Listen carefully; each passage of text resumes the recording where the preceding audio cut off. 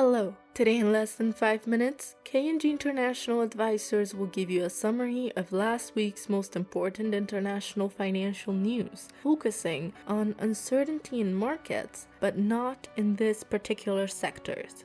The outlook in 2023 for most sectors in the economy remains highly uncertain and difficult to forecast. In electronic goods, for example, and the associated supply chains, the pandemic saw a major pull forward of demand as people who were stuck at home in lockdown decided to upgrade home PCs, tablets, smartphones, TVs, etc. Now, with most countries having fully reopened, that demand has understandably declined as consumers switch to spending money on services and other activities. Trying to predict the timing and shape of a recovery in these sectors is now very difficult. We are seeing a similar pattern in many other consumer spending-led sectors too. In renewable energy and related industrials, the pandemic interruption to supply chain combined with input cost inflation and the effect of the war in Ukraine have conspired to cause a major slowdown in demand. The long-term story of high demand levels of renewables to combat climate change is clear, but predicting the short term is much harder. Again, we see a similar pattern across many sectors in global manufacturing. This uncertainty is mirrored in the macro economy too. Will the US enter a recession later in 2023? What about in 2024? Will Europe make it through next winter without going into recession? What if it's the cold winter? The honest answer to these macro questions is that we don't know. Nobody does. Trying to predict the outcome for an individual business in 1 or 2 years into the future is extremely complex and fraught with risk. Map that up to an entire economy and accurate predictions become impossible.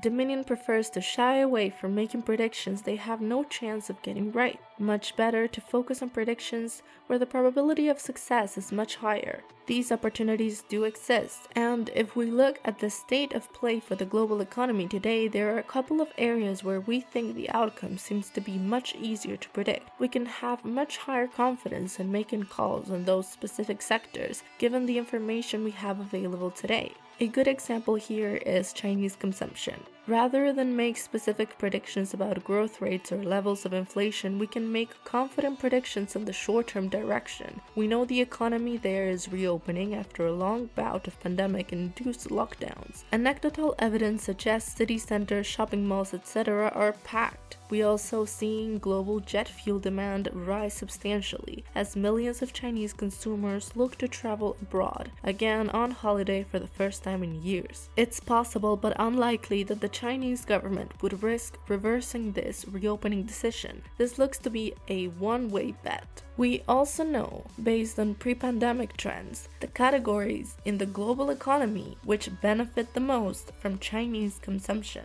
Travel-related industries, luxury goods, these are two large sectors which have historically benefited from rising Chinese consumer. We think it's a fair call to make today that the first half of 2023 is likely to see the major pickup in demand in travel-related sectors and in luxury consumer goods because of China's reopening.